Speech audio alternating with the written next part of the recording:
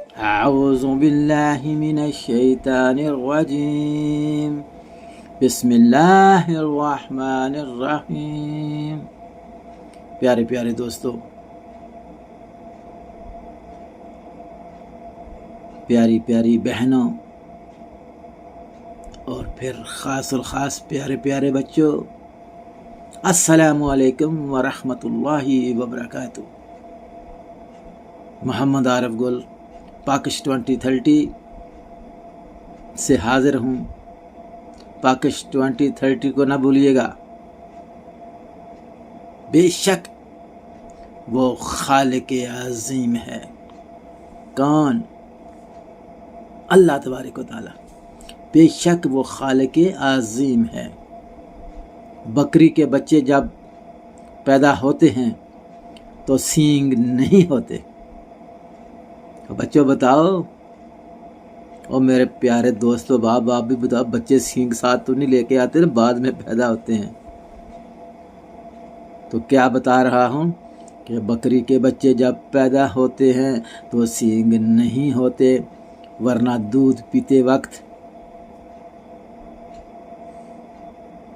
ماں کو پیٹ میں چبھ سکتے ہیں، ماں کو پیٹ میں چبھ سکتے ہیں اور ماں کو تکلیف ہو سکتی ہے۔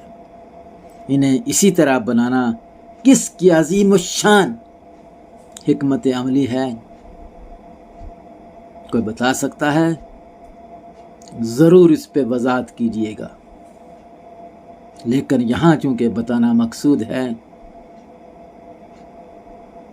بے شک وہ خالق عظیم اکیلا اور جگتا ہے، وہ ہے میرا اور آپ کا مالک، میرا اور آپ کا مالک و آقا اللہ۔ تو اللہ کو نہ بھولیے گا، یاد رکھیے گا۔ جس نے اللہ کو بلا دیا وہ جہنم کا پکا حقدار ٹھہرا، اور جس نے اللہ کی مان لی اور اس کو ہمیشہ یاد رکھا، وہ جنت کی انمول نعمتوں سے نوازا جائے گا۔